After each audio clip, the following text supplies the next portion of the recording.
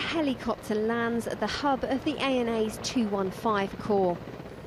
The troops practice their evacuation drills and run out to the aircraft. It's quite hard to put into words just how big a deal this is. Afghan pilots flying Afghan Air Force helicopters, helping Afghan National Army troops.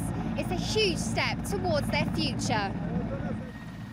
Having previously relied on British and American helicopters to escort their troops or casualties from the battlefield, it means increased self-sufficiency, crucial as the pace towards December 2014 quickens. These are going to be the guys out on the ground that are actually talking to these pilots and getting the planes down on the ground in support of themselves and their troops. So it's very important for A, for them to know how to do it, and B, for them to be able to teach their soldiers how to do it.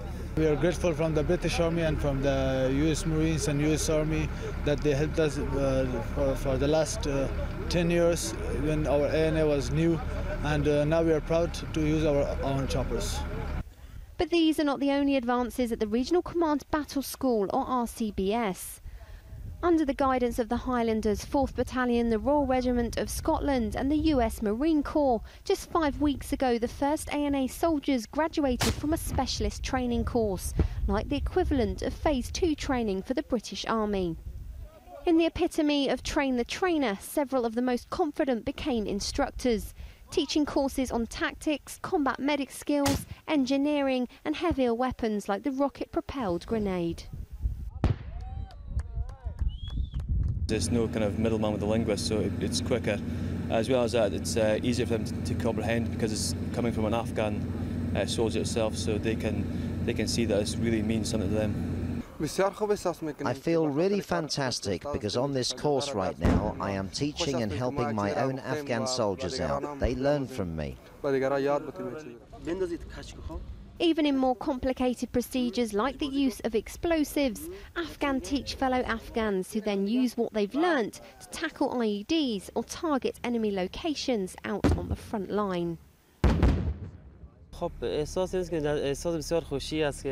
This is a big achievement that we have our own instructors teaching our own troops. Between 25 and 30 classes we handle now on our own. But it's not just about hard work here at Camp Shorabak. As the Afghan National Security Forces advance in their instructor skills, so too do they advance in their sport, showing the Brits a thing or two on the football field.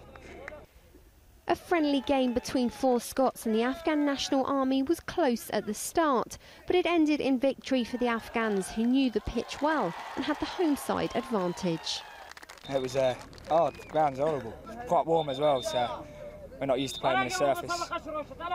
Yeah, it's hard to stay on your feet when you're running about in the gravel and that. Obviously, the Afghans they play it a lot, so they're used to it, so they had the upper hand on us. The Afghan people just started an interest in football. We are trying to do our best to be professional in football and also in volleyball and cricket. We enjoy sport and we hope to make something of ourselves in the future. Whether in sport or military training, over the next year British and American troops at RCBS will step back a little day by day as the Afghans take the lead. Ali Gibson, Forces News in Camp Shorabak.